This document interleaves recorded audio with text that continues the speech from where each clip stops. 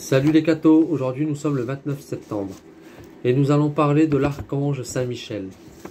Le 8 mai, l'église honore l'archange Saint-Michel, en souvenir de son apparition sur le mont Gargan. La fête du 29 septembre fut établie un peu plus tard pour rappeler la dédicace de la basilique construite par l'ordre et en honneur du glorieux archange, au lieu même de cette apparition. Avec Saint-Michel, l'Église, en ce jour, honore tous les bons anges, dont il a été le chef et le modèle au jour de la révolte de Lucifer et des mauvais anges. D'après nos saints livres, ils sont divisés en 9 cœurs et en 3 hiérarchies: les anges, les archanges et les vertus, les puissances, les principautés et les dominations. Enfin, plus haut encore, les trônes, les chérubins et les séraphins. Leur occupation est de contempler Dieu, de l'aimer, de le louer et d'exécuter ses volontés pour la conduite de l'univers et pour le salut des hommes.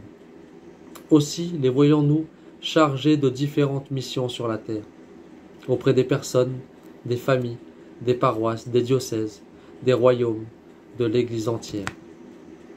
Ceux dont l'Écriture fait une mention particulière sont outre Saint Michel l'archange, Gabriel, à qui semble avoir été confié le soin de tout ce qui regarde le mystère de l'incarnation, et l'archange Raphaël, qui conduisit et ramena si merveilleusement le jeune Tobie.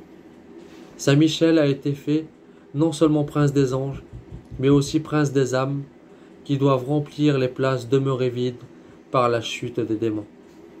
Son nom marque sa fidélité, car il signifie « qui est semblable à Dieu ». Les saints lui attribuent la plupart des apparitions mentionnées dans l'Ancien Testament.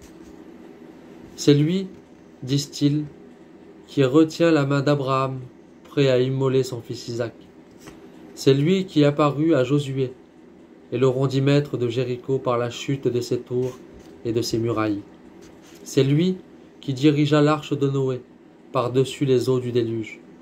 C'est lui qui lutta contre Jacob et le bénit. C'est lui qui donna la loi à Moïse sur la montagne du Sinaï, qui rendit David victorieux de Goliath et le